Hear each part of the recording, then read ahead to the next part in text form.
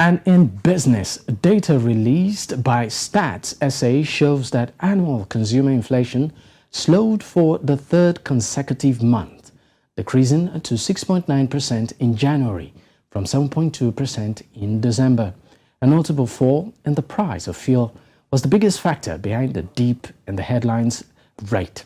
Now, food inflation, on the other hand, continues to accelerate. The fuel price index declined by 10.5% between December and January, dragging its annual rate down to 13.1% from 22.8% in December. A litre of 95-octane petrol cost 21.40 rand in January, down from 23.46 rand recorded the month before. The price of petrol is now roughly at a level last seen in March 2022 at 21.60 rand. However, food and non-alcoholic beverages inflation continue to accelerate. The annual rate climbed to 13.4% in January, the highest reading since April 2009, when the rate was 13.6%. Gabriel Cruz, an economist and analyst at the Institute of Race Relations, joins me for a conversation on this particular issue. Thank you for your time, Mr. Cruz. Thank you for your time, Gabriel. So let's talk about the inflation numbers. I think the first thing to note is that there's good news, as you said, right? The general headline inflation has come down in South Africa. And it's worth noting that the South African Reserve Bank tries to keep inflation between 3% and 6%. So now it's come down to 6.9%. So it's not yet within the target range, but it's heading in that direction. And that's largely because the fuel price has come down from almost 24 rand a litre to just over 21 rand a litre.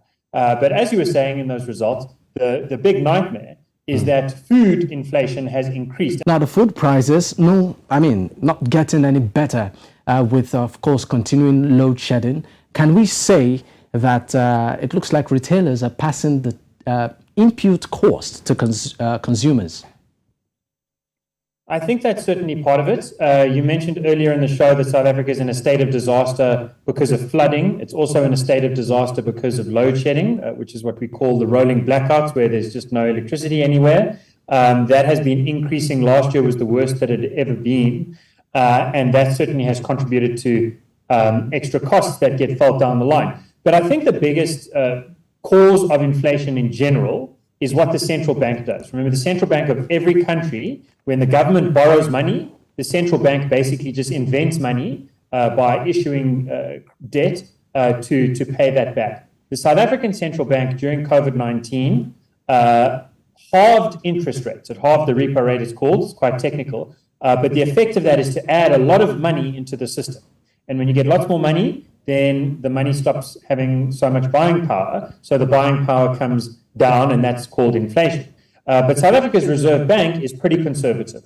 So it dropped those rates temporarily and has subsequently increased them through the course of 2022 to the pre-COVID levels, which is quite high levels of interest rate, which means quite low levels or a downward pressure on inflation. So if you look at that graph and you see inflation coming down, I think the main cause of it coming down is the same reason that it went up earlier, and that's the central bank working on the money supply. All right. Thank you so much for your time, Gabriel. Thank you very much.